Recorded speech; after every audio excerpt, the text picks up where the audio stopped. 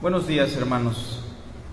Es una bendición estar en la casa del Señor para poder meditar en su palabra y para poder ser transformados en aquellas áreas que aún manifiestan carencia, pobreza espiritual.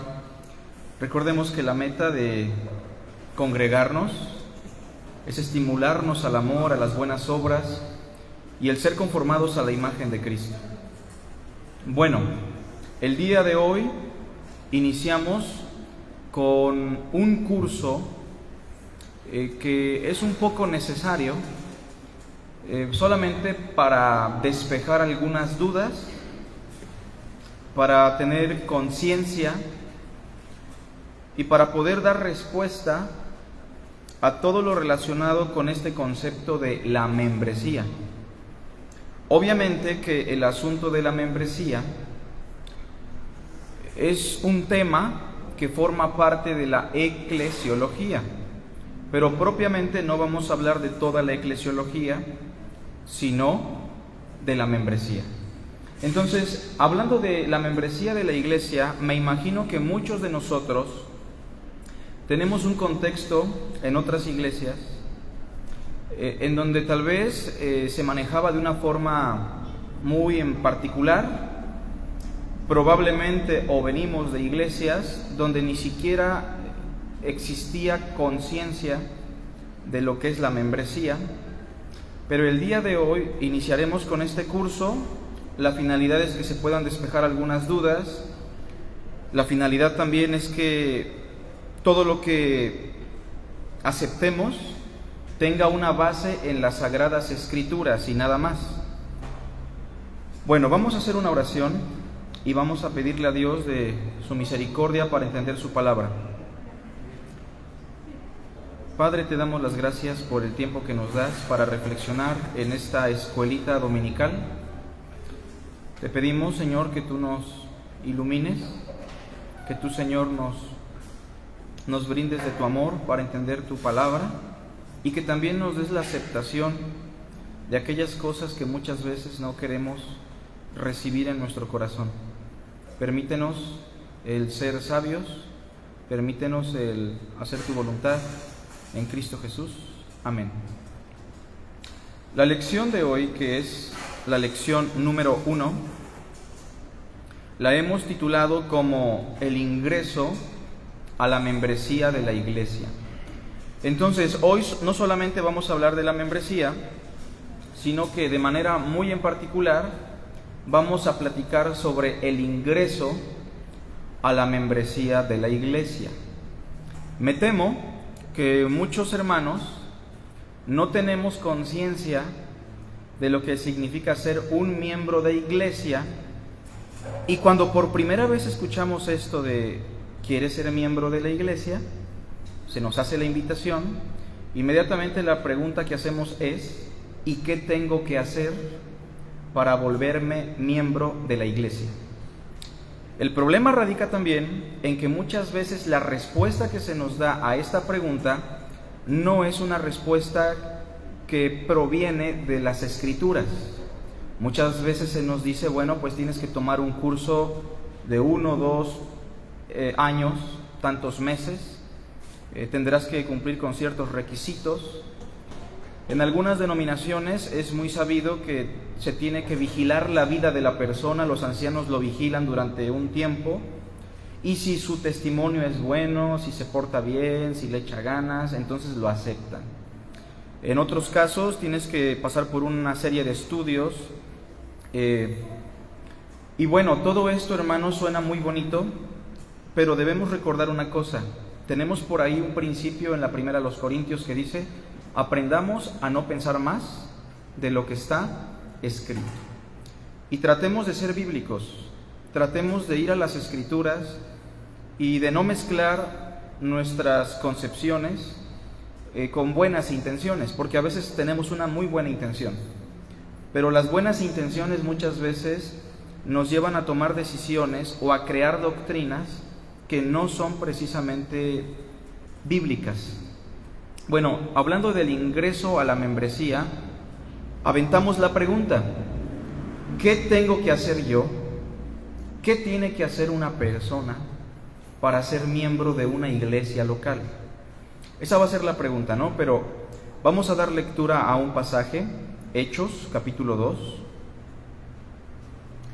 verso 41 al 47, por favor. Y si alguien tiene preguntas, pueden interrumpir levantando la mano, ¿sale? Y trataremos de apoyar. Hechos, capítulo 2, verso 41 al 47. ¿Lo tenemos todos? Dice así: así que los que recibieron su palabra fueron bautizados. ¿Todos juntos? Y se añadieron aquel día como 3,000 personas. Y perseveraban en la doctrina de los apóstoles, en la comunión unos con otros, en el partimiento del pan y en las oraciones. Y sobrevino temor a toda persona, y muchas maravillas y señales eran hechas por los apóstoles. Todos los que habían creído estaban juntos y tenían en común todas las cosas, y vendían sus propiedades y sus bienes, y lo repartían a todos según la necesidad de cada uno. Y perseverando unánimes cada día en el templo, y partiendo el pan en las casas, comían juntos con alegría y sencillez de corazón, alabando a Dios y teniendo favor con todo el pueblo. ¿Todos juntos? Y el Señor añadía cada día a la iglesia los que habían de ser salvos. Hay dos expresiones en este pasaje que nos hablan del ingreso a la iglesia, ¿verdad? La primera expresión es la que tenemos en el versículo 41 al final, que dice: y se añadieron aquel día como 3,000 personas. Y la segunda expresión que nos habla del ingreso a la iglesia es la del verso 47 al final: y el Señor añadía cada día a la iglesia los que habían de ser salvos.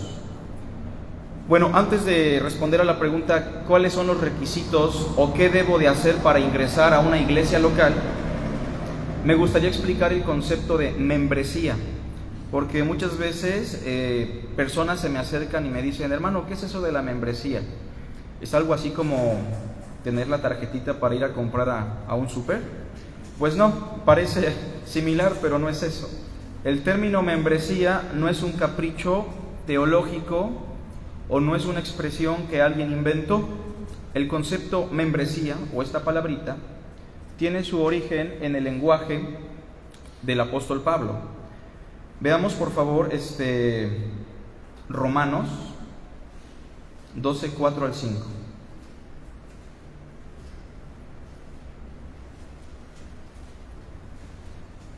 Si alguien le da lectura, por favor, a Romanos 12, del verso 4 al 5.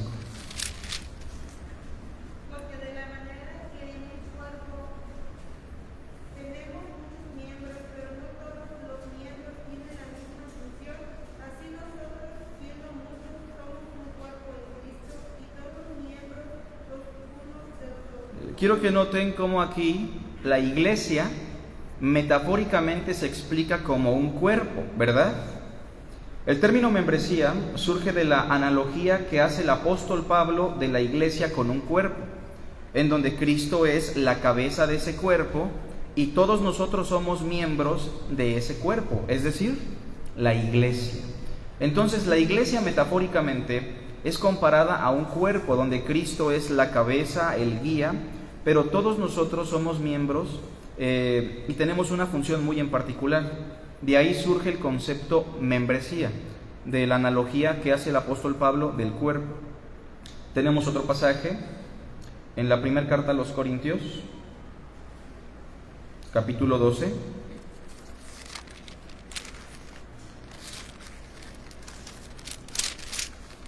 Y claro que no son los únicos pasajes.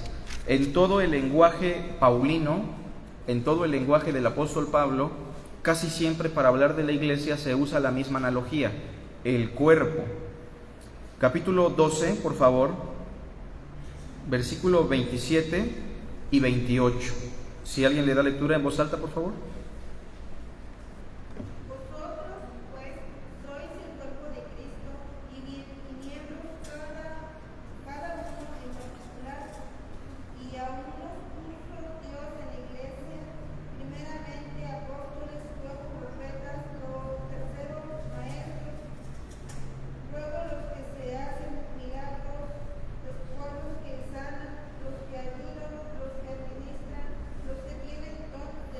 Entonces Pablo aquí usa el mismo lenguaje que en Romanos y dice en el verso 27, vosotros pues, corintios, sois el cuerpo de Cristo y miembros cada uno en particular, y a unos puso Dios en la iglesia, primeramente apóstoles. Bueno, entonces también la membresía o el cuerpo de Cristo implica funciones, ¿no? Como dirá aquí, hay diferentes funciones en cada miembro, algunos son apóstoles, otros son profetas, otros son maestros, etc.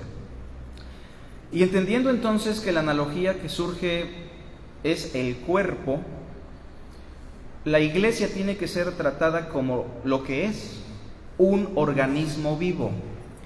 ¿Qué diferencia existe entre una organización y un organismo? Me gustaría escucharlos, hermanos.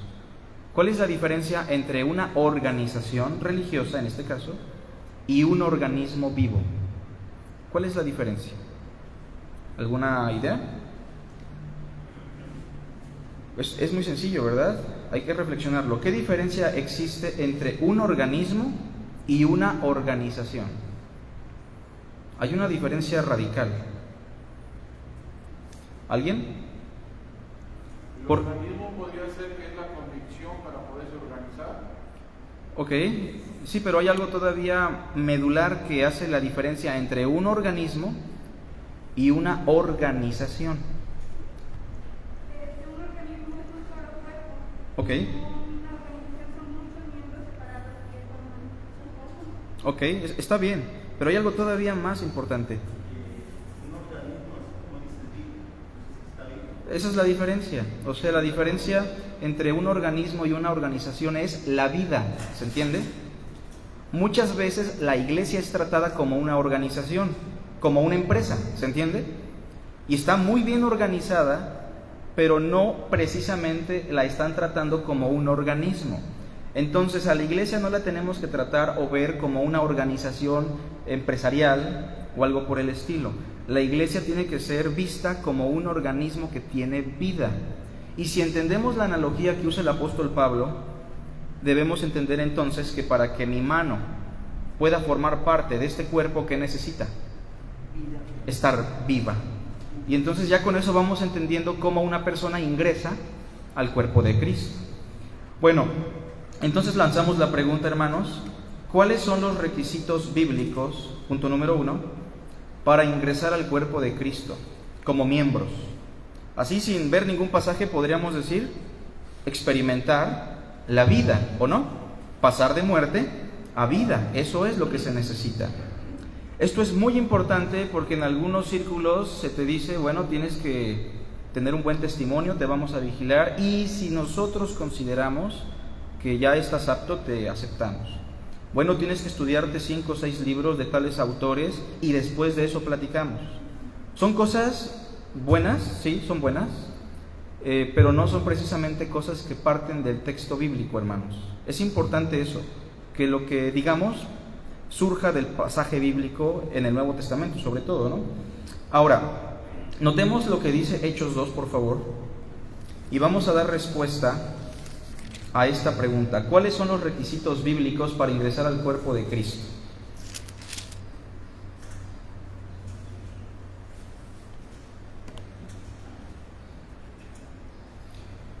Hasta este punto creo que ya queda claro que el concepto membresía sí es bíblico y que aparece en el Nuevo Testamento por la analogía que se hace del cuerpo. Ahora vamos a responder a la pregunta, hermanos. Verso 41. Así que los que recibieron su palabra fueron bautizados y se añadieron aquel día como 3,000 personas. ¿Se nos explica en este pasaje qué se debe hacer para ingresar a la iglesia? ¿Sí o no? A mí me parece que sí, no sé a ustedes, hermanos. Pero entonces, si el pasaje nos dice qué debemos hacer para ingresar al cuerpo de Cristo, me gustaría escucharlos. ¿Qué debemos hacer para ingresar al cuerpo de Cristo? Recibir su palabra y ser bautizado. Dos cosas. Ahora, noten que en el capítulo 1 de Hechos,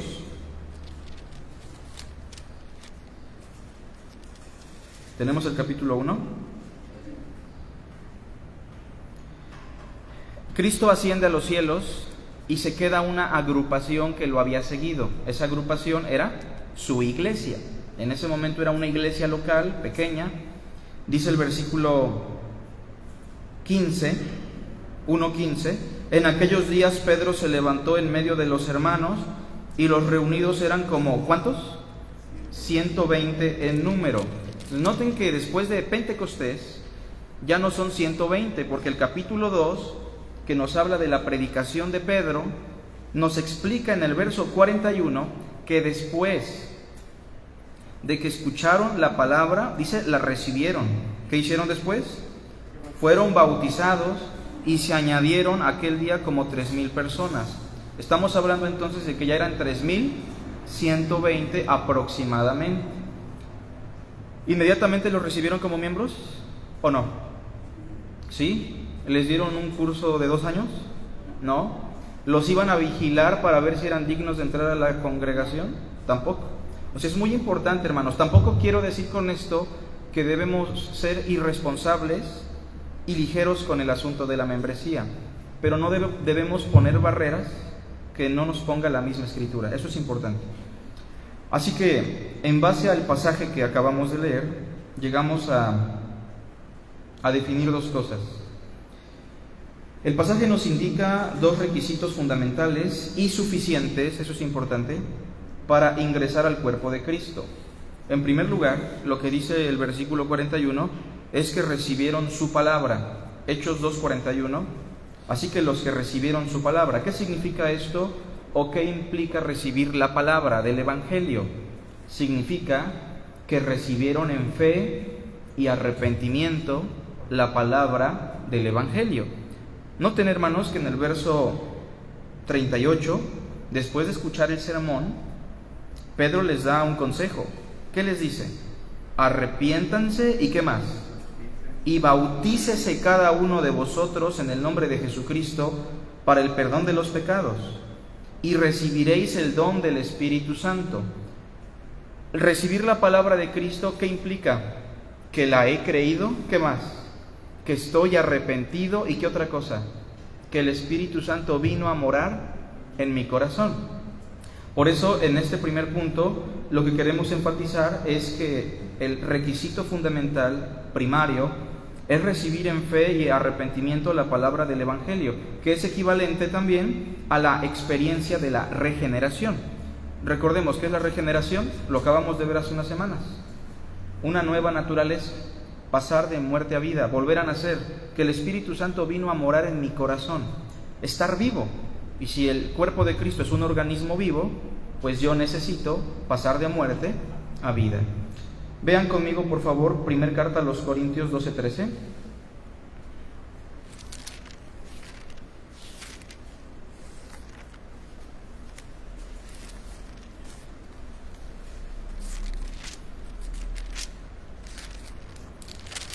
Veamos lo que dice Pablo en este pasaje sobre el ingreso a la membresía.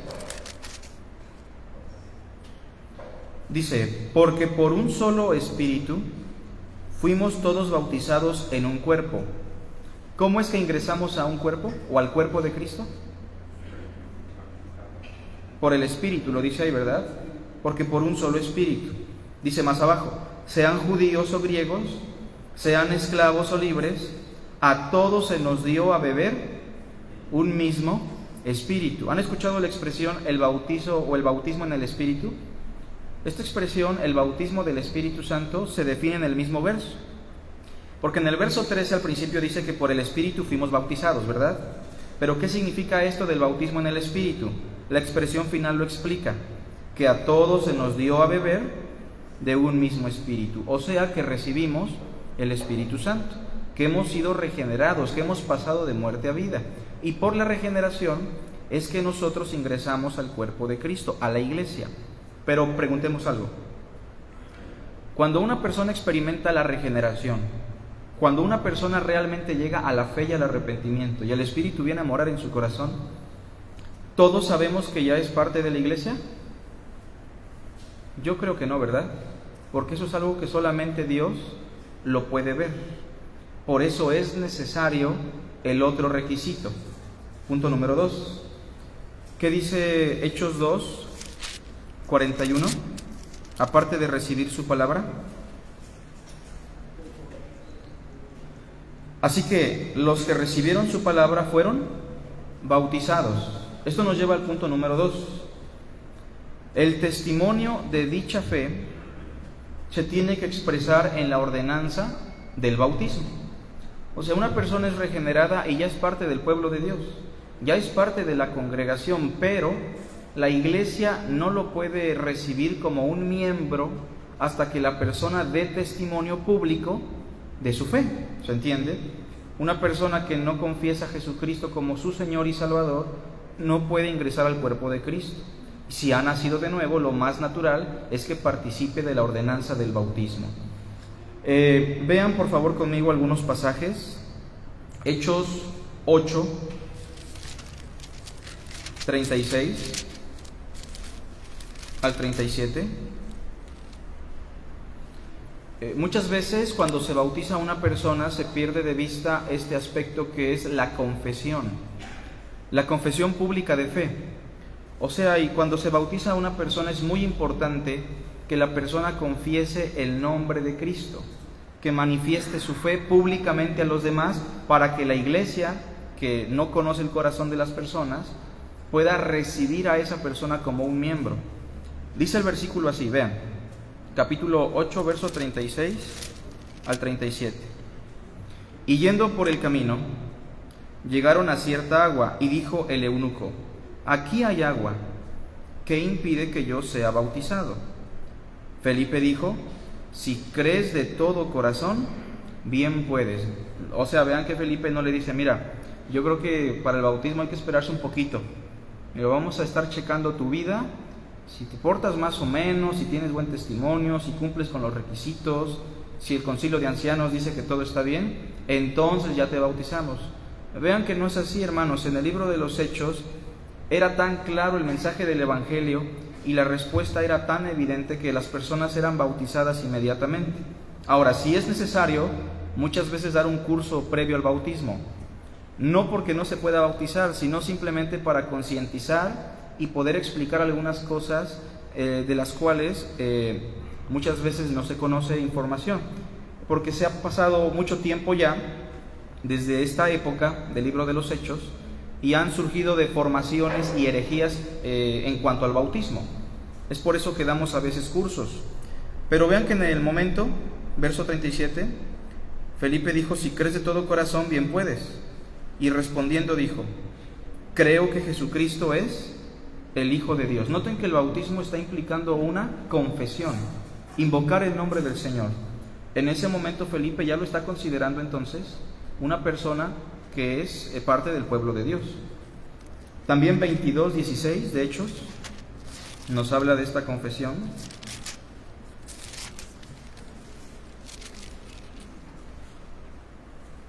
Si recuerdan que Saulo era un perseguidor férreo del cristianismo, el Señor lo llama, el apóstol se convierte, en ese momento no era todavía un apóstol, el Señor lo salva, y Ananías, un discípulo que lo recibe, le dice en el verso 16, ¿lo leemos todos juntos? Ahora pues, ¿por qué te detienes? Levántate y bautízate, y lava tus pecados invocando su nombre. Vean, esa última expresión. Tienes que bautizarte, pero al final dice invocando su nombre. Entonces, lo que quiero decir con esto es lo siguiente. Si una persona cree en Jesucristo, recibe su palabra y se arrepiente, ante los ojos de Dios, ¿él ya es miembro de la iglesia o no?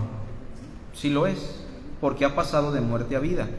Pero para que la iglesia pueda considerarlo un miembro de la congregación, es necesario que en la primera ordenanza, el bautismo, esta persona confiese su fe. Y si la fe es bíblica, entonces tiene que ser recibido como un miembro. No tenemos que confundir esto, hermanos, con los requisitos para el ministerio. Si este miembro tiene problemas en su estilo de vida, vamos a suponer que es muy enojón, grosero, que batalla con esa situación, ¿le debemos prohibir el ingreso a la iglesia? Es una pregunta importante. No, porque no es un requisito.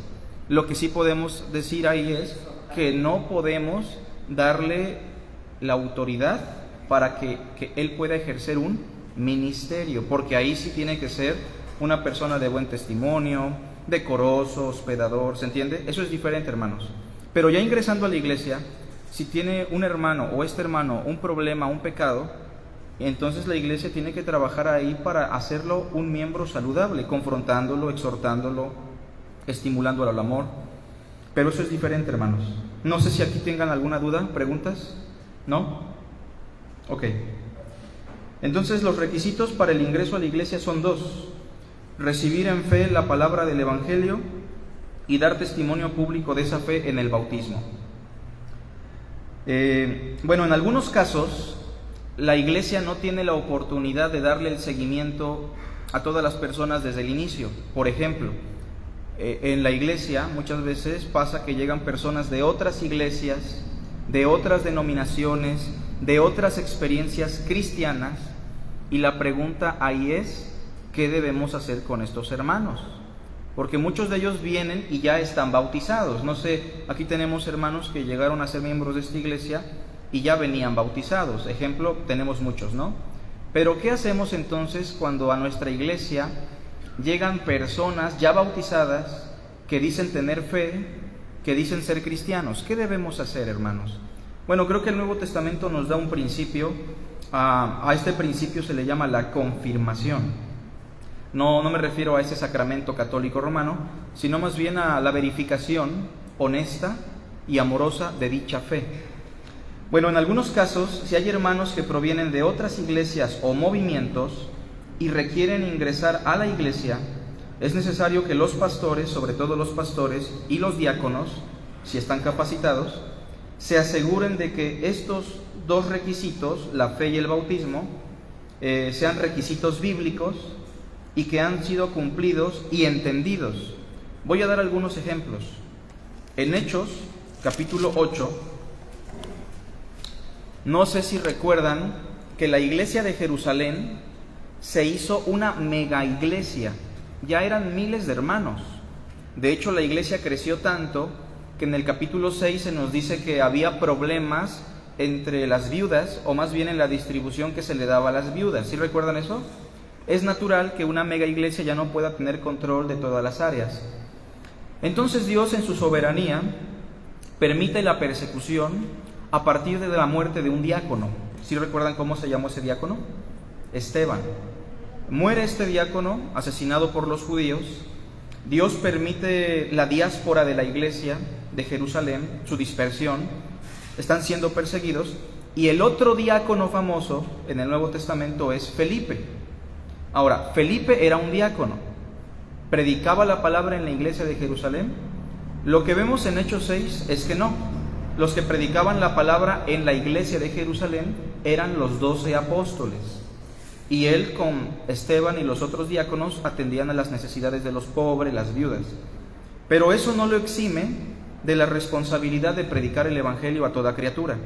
Entonces, en la huida de la persecución, Felipe pasa por Samaria, verso 4 del capítulo 8, por favor.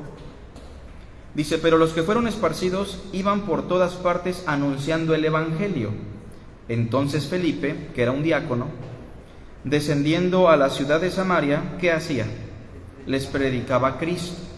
Vean capítulo 8, por favor, versículo 14.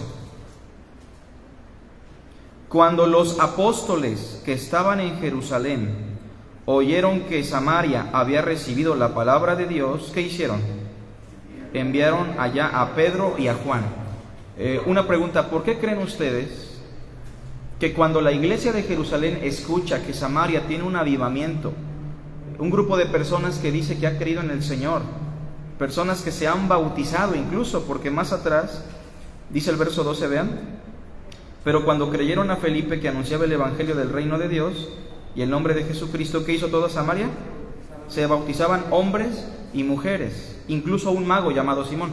Pero ¿por qué creen ustedes que la iglesia de Jerusalén, cuando recibe la noticia, inmediatamente dice, ¿saben qué? Allá está predicando Felipe, pero a mí se me hace que debemos enviar a hermanos dedicados al ministerio de la palabra para que puedan verificar, confirmar si realmente estas personas han entendido el evangelio y han cumplido correctamente con el bautismo? Entonces, noten que en el capítulo 8, verso 14, envían a Pedro y a Juan. 15, los cuales, habiendo venido, ¿qué hicieron? Oraron por ellos para que recibiesen el Espíritu Santo. ¿Ya estaban bautizados? ¿Tenían el Espíritu de Dios? Fíjense que no, porque están orando los apóstoles para que ellos lo reciban. ¿Sí se dan cuenta de eso? O sea, ellos se bautizaron, hermanos, y no habían recibido el Espíritu Santo. ¿Qué significa eso?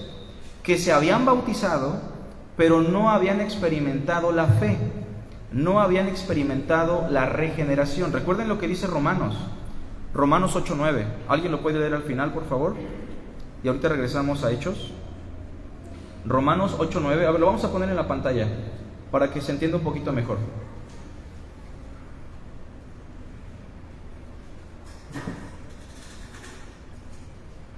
El texto dice así, miren: mas vosotros no vivís según la carne, sino según el Espíritu, si es que el Espíritu de Dios mora en vosotros. Y si alguno no tiene el Espíritu de Cristo, ¿qué dice al final? No es de él. ¿Estas personas tenían el Espíritu Santo? No. ¿Y aún así se bautizaron? Sí. Y me temo que hay muchas personas que se bautizan por la presión, porque el pastor insiste, pero realmente no han nacido de nuevo, no han experimentado la regeneración. Entonces, en el caso de que personas llegan a nuestra iglesia y quieren ingresar a la iglesia, no les vamos a negar el ingreso, pero vamos a verificar, vamos a confirmar a través de la charla, a través de la consejería, si realmente ellos han recibido el Espíritu de Dios, si realmente han creído en el Señor y se han bautizado. Y noten cómo dice el verso 16, 8:16 de Hechos: porque aún no había descendido sobre ninguno de ellos, sino que solamente habían sido bautizados en el nombre de Jesús. Entonces, personas que no eran regeneradas se habían bautizado. Esto era normal, probablemente porque Felipe no era una persona dedicada y con experiencia en la administración de la palabra. Él era un diácono que tenía muy buenas intenciones, pero por eso Pedro y Juan se toman el tiempo para verificar esta situación. Hechos 11, por favor. Otra experiencia que parece ser buena, a diferencia de la de Samaria.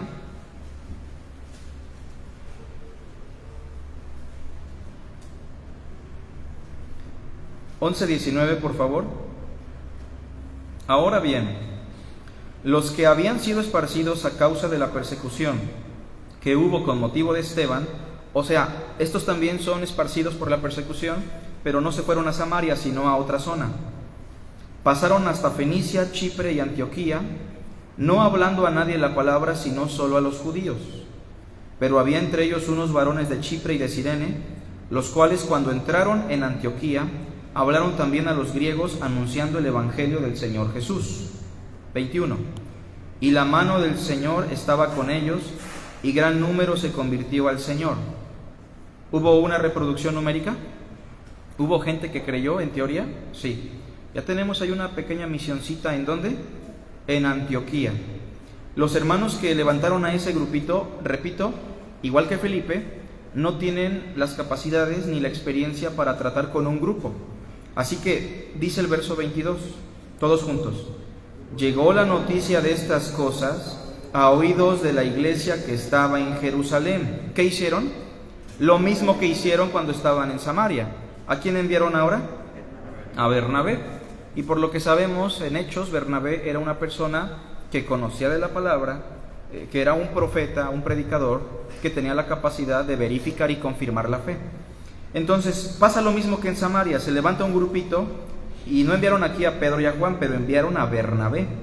Verso 23 dice: cuando llegó y vio la gracia de Dios, se regocijó. O sea que aquí la experiencia sí era genuina, ¿se entiende? Aquí la conversión de estas personas sí era verdadera.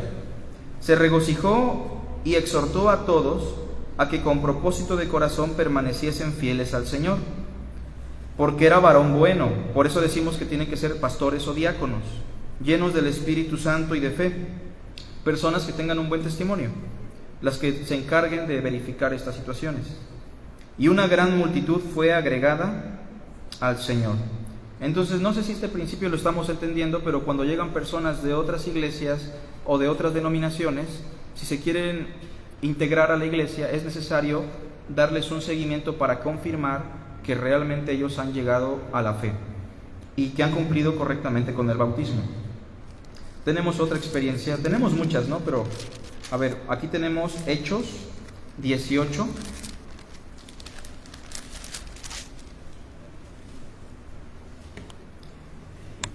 ...24 en adelante. Ahora, esto no lo debe tomar la gente nueva como algo malo o negativo. O sea, muchas veces podría pensarse: ¿y por qué quieren verificar mi fe? Basta con que yo se los diga. No es una cuestión de querernos meter en la vida de las personas. Es un principio bíblico, hermanos, por salud, para que la iglesia esté saludable y para que todos los miembros realmente estén en un mismo sentir. Pero no es una cuestión de querernos meter en la vida de las personas, es una cuestión de confirmación, de verificación, que surge de estos principios. Miren, verso 24. Llegó entonces a Éfeso un judío llamado Apolos. Apolos es un personaje nuevo en el ministerio del apóstol Pablo. No saben en ese momento quién es, pero se dice de Apolos que era natural de Alejandría, era un varón elocuente y poderoso en las Escrituras, o sea, andaba predicando. No tenía iglesia, ¿verdad? Parece que por ahí se convirtió escuchando el mensaje del profeta Juan el Bautista, y empezó a predicar. Había sido instruido en el camino del Señor, y siendo de espíritu fervoroso, hablaba y enseñaba diligentemente lo concerniente al Señor, aunque solamente conocía el bautismo de Juan. ¿Lo que hacía Apolos estaba mal? No. ¿Pero estaba incompleto? Sí. Entonces, nunca los apóstoles o Priscila y Aquila o Pablo le dijeron: ¿sabes qué? Tú estás predicando incompleto, ya no queremos que te metas en nuestro ministerio. No, esa no fue la respuesta. Pero ¿qué hicieron los hermanos? 26. Y comenzó a hablar con denuedo en la sinagoga, pero cuando le oyeron Priscila y Aquila, o sea que eran un matrimonio, colaboradores del apóstol Pablo, ¿qué hicieron? ¿Lo exhibieron públicamente? No, le tomaron aparte. ¿Y qué hicieron, hermanos?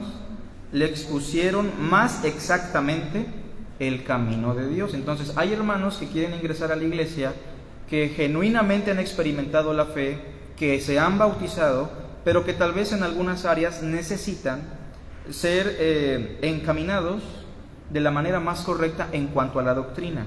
Eso es simplemente lo que estamos diciendo en este punto. Eso se da a través de la visita, de la charla, de la consejería. Otro pasaje, hermanos, capítulo 19, 1 al 7.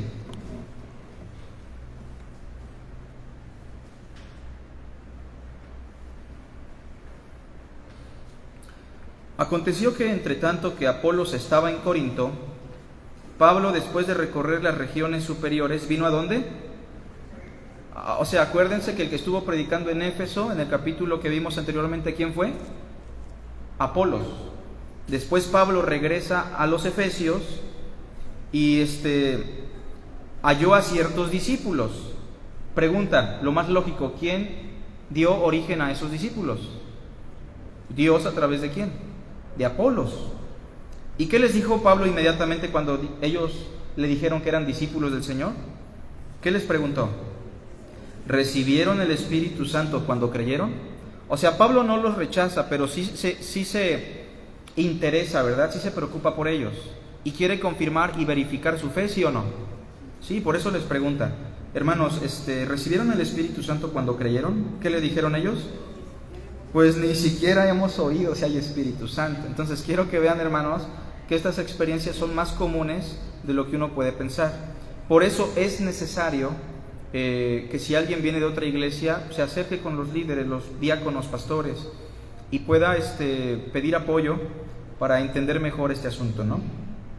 Entonces, verso 3, entonces dijo Pablo: ¿en qué pues fuisteis bautizados? Ellos dijeron: pues nada más en el bautismo de Juan.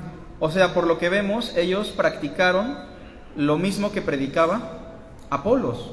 Es por eso que es importante la confirmación y la verificación. A mí me ha tocado platicar con hermanos que me dicen: hermano, yo creo que ya puedo ingresar a la iglesia, ¿no? Y vienen de algunas experiencias en otras iglesias, y yo les pregunto: hermanos, ¿qué cree usted del evangelio? Y a veces las respuestas son bastante buenas, gracias a Dios, en su mayoría. En otras ocasiones me han salido con respuestas como: bueno, hermano, yo hablaba en lenguas anteriormente y bueno, se lo digo para que usted sepa, ¿no?, que el Espíritu mora en mí. Entonces hay cosas medias extrañas que sí debemos verificar a la luz de las Escrituras, ¿no? Hasta aquí, hermanos, con respecto a los requisitos para ingresar a la iglesia. ¿Hay alguna pregunta, comentario? ¿O seguimos? Ok. Segunda pregunta, hermanos, ya para terminar con este estudio. Bueno, ya entendimos cuáles son los requisitos, ¿no? Basta con que se platique con un pastor, con un diácono, con un líder, que tenga la capacidad de verificar a partir de la Biblia la fe y la ordenanza del bautismo. Si eso está correcto, si la persona realmente es una persona de fe, un discípulo, y en teoría todo está bien, hay que explicar lo siguiente: ¿cuáles son las implicaciones de ingresar en el cuerpo de Cristo? O sea, ¿cuáles son las implicaciones de que yo me hago miembro de una iglesia? O sea, Dios es un Dios de orden, ¿verdad? Eso lo sabemos. Y ser miembro de una iglesia tiene implicaciones. En algunas iglesias incluso se acostumbra el firmar un contrato, ¿no? Bueno, no llegamos muchas veces a esos niveles. Yo no creo que sea necesario, porque somos hijos de Dios, ¿verdad? Y debemos entender cuáles son las implicaciones a partir de las Sagradas Escrituras. Bueno, respondiendo a esta pregunta, ¿cuáles son las implicaciones?, regresamos a nuestro pasaje clave, que es el capítulo 2 de Hechos.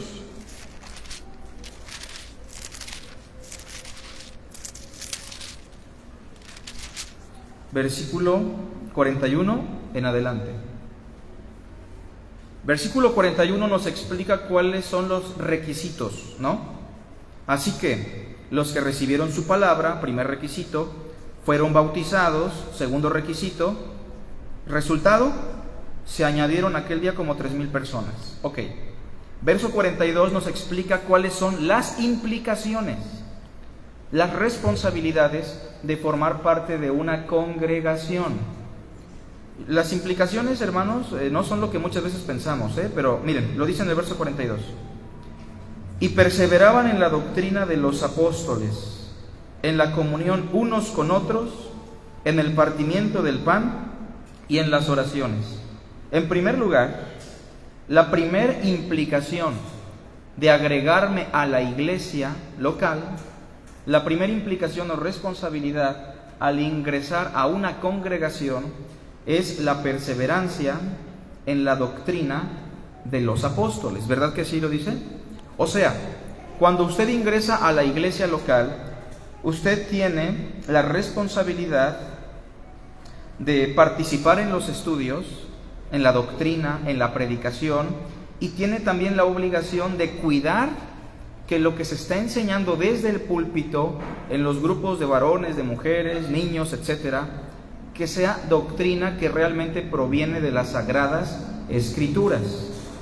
Si en la congregación empezamos a dar un curso a partir de las tradiciones que tenemos como denominación, usted tiene que ayudarnos a dejar de hacer eso, porque no estamos aquí para hablar de tradiciones. Si desde el púlpito o desde una área de enseñanza se empieza a hablar de las experiencias personales de un predicador, usted como miembro tiene la responsabilidad de confrontar a la persona, a los hermanos, para que dejen de hacer eso. Porque nuestra perseverancia está en función de lo que enseñaron los apóstoles, de lo que enseñó Jesucristo.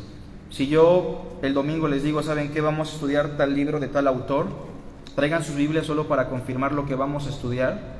usted tiene que dar consejo ahí. Hermanos, tenemos que estudiar solamente las Sagradas Escrituras y no pensar más de lo que está escrito. Bueno, esa es una responsabilidad que tenemos como miembros, participar de lo que más podamos del estudio de la palabra, de la edificación a través de la predicación, la exhortación, la consejería, pero también verificar que todo lo que se dice esté de acuerdo a la palabra de Dios. Vean conmigo algunos pasajes, por favor, porque hay personas que a veces dicen: hermano, yo a usted no lo cuestiono, usted es el pastor y lo que usted diga para mí es autoridad. Suena bonito, ¿no? Pero no es bíblico, hermanos. Recuerden que la cabeza de la iglesia, ¿quién es? Eso es claro. O sea, no confundamos. Alguna vez alguien me dijo: ¿y entonces, Carlos, tú quién eres? ¿Qué acaso no eres la cabeza de la iglesia? Digo, pues no, creo que está equivocado, hermano. Yo no soy la cabeza de la iglesia, ni ningún hermano, ningún diácono, y por eso tenemos la responsabilidad de verificar lo que se enseña desde el ministerio de la palabra. Primera a los Corintios, por favor, capítulo 14.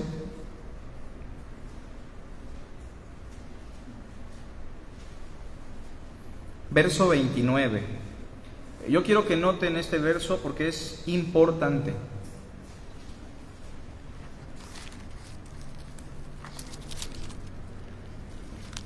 ¿Lo tenemos todos?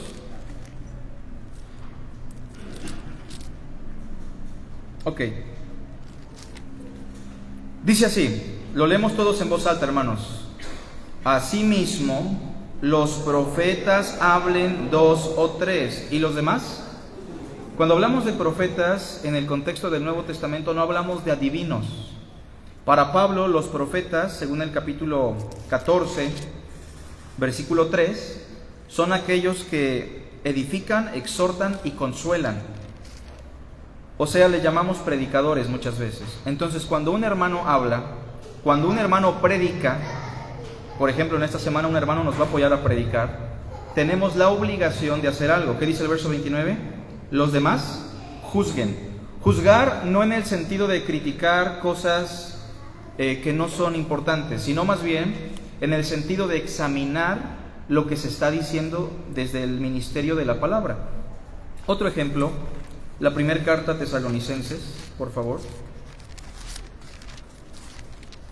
Ahora, con juzgar no me refiero a que usted salga de la iglesia, haga su bolita con 2 o 3 y empiece a hablar mal de un hermano y a criticar su ministerio o su predicación.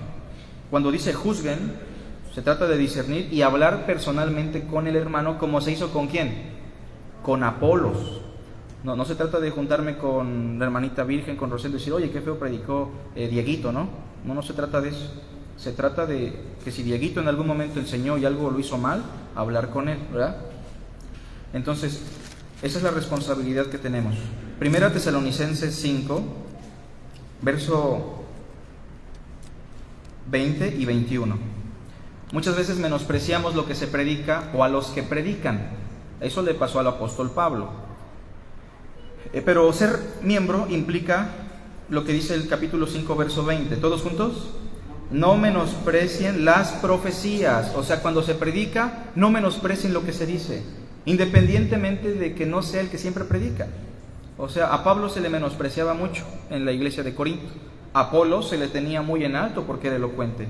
Pero aquí dice Pablo: no menosprecien las predicaciones, las profecías. 21, ¿cómo dice? Examinadlo todo, retened lo bueno. Eso es importante. ¿Queda claro cuál es la primera responsabilidad o implicación de ser un miembro? O sea, como miembros tendremos que tomar decisiones muchas veces también. La decisión que se toma, sea cual sea, no se toma por democracia. O sea, la iglesia no es una democracia. ¿Por qué? Si fuera una democracia, entonces los que voten a favor en mayoría son los que ganan y toman la decisión. No, la iglesia es una teocracia. Y cuando nos juntamos para tomar decisiones también, lo que debemos hacer como miembros es buscar que se haga lo que dice el texto bíblico. Entonces, hermanos, espero que eso quede claro. Segunda cosa de Hechos 2:42, segunda implicación de ser miembros de la iglesia. Hechos 2:42. Dice el verso: y perseveraban en la doctrina de los apóstoles. Perseverancia, hermanos, perseverancia. ¿Qué dice después? En la comunión unos con otros. Y aquí creo que viene la parte difícil para muchos, lamentablemente es triste, pero la segunda implicación de ser miembro de una iglesia es, básicamente, la interacción con todos los miembros de la iglesia. A veces, hermanos, tenemos la costumbre de llegar a una congregación, escuchar el sermón, inmediatamente se acaba y salimos como rayos. La gente no nos conoce, la gente nos saluda y si nos saluda lo saludamos. No estamos dispuestos a interactuar, ya sea porque mi trasfondo familiar así fue, ya sea porque me gusta estar solo, pero hermanos, ser iglesia, ¿qué implica? Interactuar con todos los miembros de la iglesia, con los jóvenes, con los ancianos, con los que enseñan, con los diáconos, las diaconisas, con los que tienen bajos recursos, con los que tienen muchos recursos. Debemos interactuar con todos. O sea, no se trata, hermano, de que si usted es miembro de la iglesia escuche nada más y diga, ya cumplí, ya fui a la iglesia, Señor. No. Usted tiene que acercarse a Rosendo, al hermano Carlos, al hermano Gama. Tiene que preguntar, ¿cómo estás? ¿En qué te puedo servir? ¿Tienes alguna necesidad? La interacción es muy importante. También, otra cosa, como miembros muchas veces estamos acostumbrados a hacer nuestro grupito, ¿verdad? Y solamente interactuamos con aquellos que ya tenemos confianza o tiempo. Hermanos, eso es antibíblico porque Jesús dijo, y si amas a los que te aman, ¿se acuerdan? ¿Qué recompensa tendrás? ¿No hacen así también los fariseos y los escribas? Debemos aprender a interactuar con todos.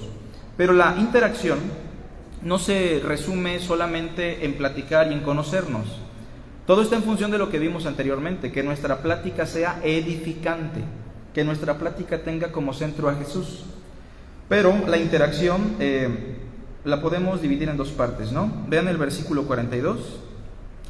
En la comunión unos con otros, en el partimiento del pan y en las oraciones. La comunión unos con otros tiene que ver con dos cosas. La primera expresión, en el partimiento del pan. Esta expresión, en el partimiento del pan, probablemente se refiere a dos cosas. Por una parte, se refiere a la cena del Señor, cuando el Señor Jesús tomó el pan, lo partió y le dio a sus discípulos, ¿recuerdan? Como miembros debemos participar de la cena del Señor, ¿se entiende? Pero el partimiento del pan también tiene que ver con la convivencia, lo que se conocía como los ágapes cristianos, convivencias en donde teníamos interacción saludable como hermanos en Cristo. Vean el capítulo 2, versículo 46. Y perseverando unánimes cada día en el templo, y partiendo el pan en las casas, ¿qué dice al final? Comían juntos con alegría y sencillez de corazón. El partimiento del pan entonces tiene que ver con la cena del Señor, pero también en el contexto tiene que ver con la convivencia. Tenemos que estar dispuestos a convivir. Si usted conoce a un hermano que le cuesta convivir, llámelo, jálelo, trate de interactuar con él, con ella. Eso es importante. Pero por otra parte, nuestra interacción también tiene que ver con lo que dice el capítulo 2, verso 42 al final, que dice, y en las oraciones. Cuando oramos por los hermanos, oramos porque sabemos de antemano que existe una necesidad. Yo le animo a que lo haga, que se acerque con un hermano y le diga, hermano, ¿puedo orar por ti en esta semana? ¿Tienes alguna necesidad, alguna preocupación? Y estar orando por ese hermano. Pero la segunda implicación del convivir unos con otros no solamente es orar por el hermano, sino también contribuir por amor a sus necesidades. Vean el capítulo 2, por favor, versículo 44. Todos los que habían creído estaban juntos y tenían en común todas las cosas, y vendían sus propiedades y sus bienes y lo repartían a todos según la necesidad de cada uno. ¿Cuándo fue la última vez que usted se identificó con la necesidad de un hermano? Con la necesidad de una persona, un hermano, una hermana que realmente no tenía para lo más básico. Ser miembro de una iglesia también significa que estamos comprometidos en la medida de nuestras posibilidades a ayudar económicamente, físicamente a aquellos hermanos más necesitados. Noten que esta es una acción, hermanos, muy importante en la iglesia de Jerusalén. De hecho, los apóstoles en un principio tenían el ministerio de administrar todo eso, ¿no? Tanto que estaban muy cargados. Y cuando Pablo conoció a Pedro, Juan y Jacobo y lo reconocieron como apóstol, le dieron un encargo. ¿Quién lo recuerda? Le dijeron: tu evangelio es bueno, hemos confirmado que estás hablando del Señor correctamente a los gentiles, solamente te vamos a encargar una cosa, que no te olvides de los más pobres. No nos identificamos muchas veces con nuestros hermanos. Hay hermanos que padecen necesidad, están en enfermedad, batallan con el trabajo, y hermanos, como miembros debemos siempre de orar por ellos y en la medida de nuestras posibilidades ayudarles. Bueno, hermanos, hasta aquí creo que queda claro cuáles son los requisitos para ingresar a la iglesia y cuáles son las implicaciones. Si alguien tiene una pregunta, un comentario, pues recuerden que estamos en un estudio, se puede hacer. ¿Nadie tiene preguntas? ¿Comentarios? Sí, hermano Carlos.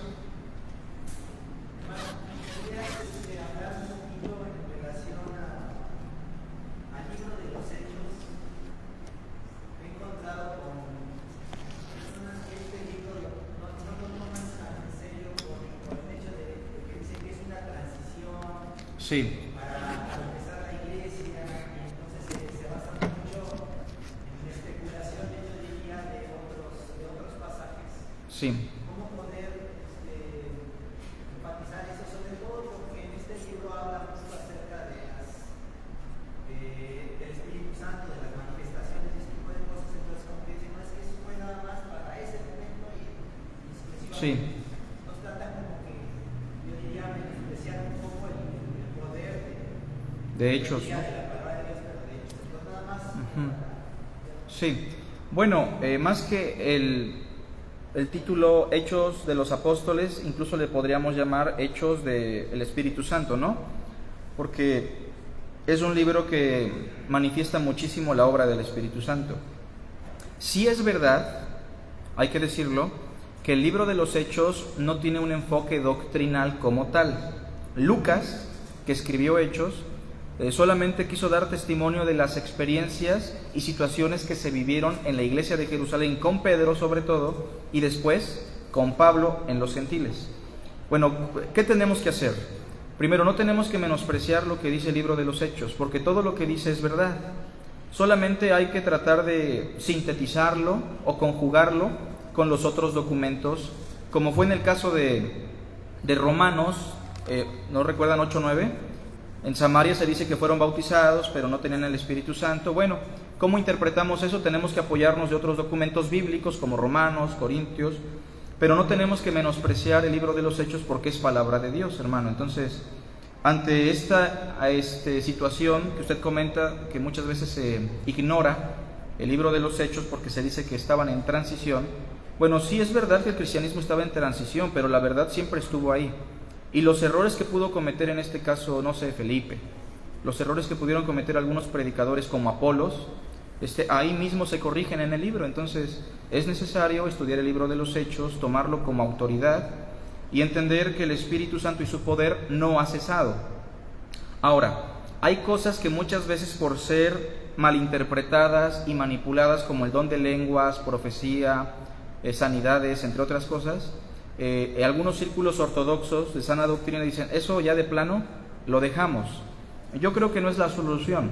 La solución radica en escudriñar el pasaje y llegar a una interpretación correcta. Y si llegamos a una interpretación correcta, entonces nos daremos cuenta que ninguno de los dones, que ninguna de las manifestaciones del Espíritu Santo ha cesado. El Espíritu sigue trabajando. Claro, es verdad que en la época de los apóstoles era muy palpable su labor, pero también todo eso estaba en función del control de Dios. La segunda carta a los Corintios, hermano, sí nos especifica, juntamente con Hebreos, que a los apóstoles de manera muy en particular se les permitió tener señales sorprendentes, ¿no? Miren la segunda carta a los Corintios, capítulo, ahorita les digo, capítulo 13.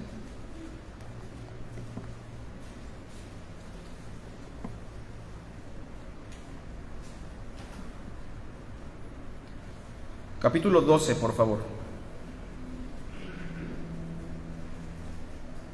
¿Lo tenemos? 12. Esta expresión es importante, hermano. Dice, con todo, las señales de ¿qué? O sea, esta expresión, las señales de apóstol, sí significan que los apóstoles del Nuevo Testamento en la era apostólica sí tenían de alguna manera manifestaciones que son más palpables que las de otras personas. Por eso les llama señales de apóstol. Con todo, las señales de apóstol han sido hechas entre vosotros, en toda paciencia, por señales, prodigios y milagros. Entonces, por eso es que vemos en el libro de los Hechos manifestaciones muy grandiosas, maravillosas, ¿no? Pero eso no significa que el Espíritu Santo no siga haciendo milagros, eso sigue pasando. Hebreos capítulo 2, me parece que también explica algo de eso.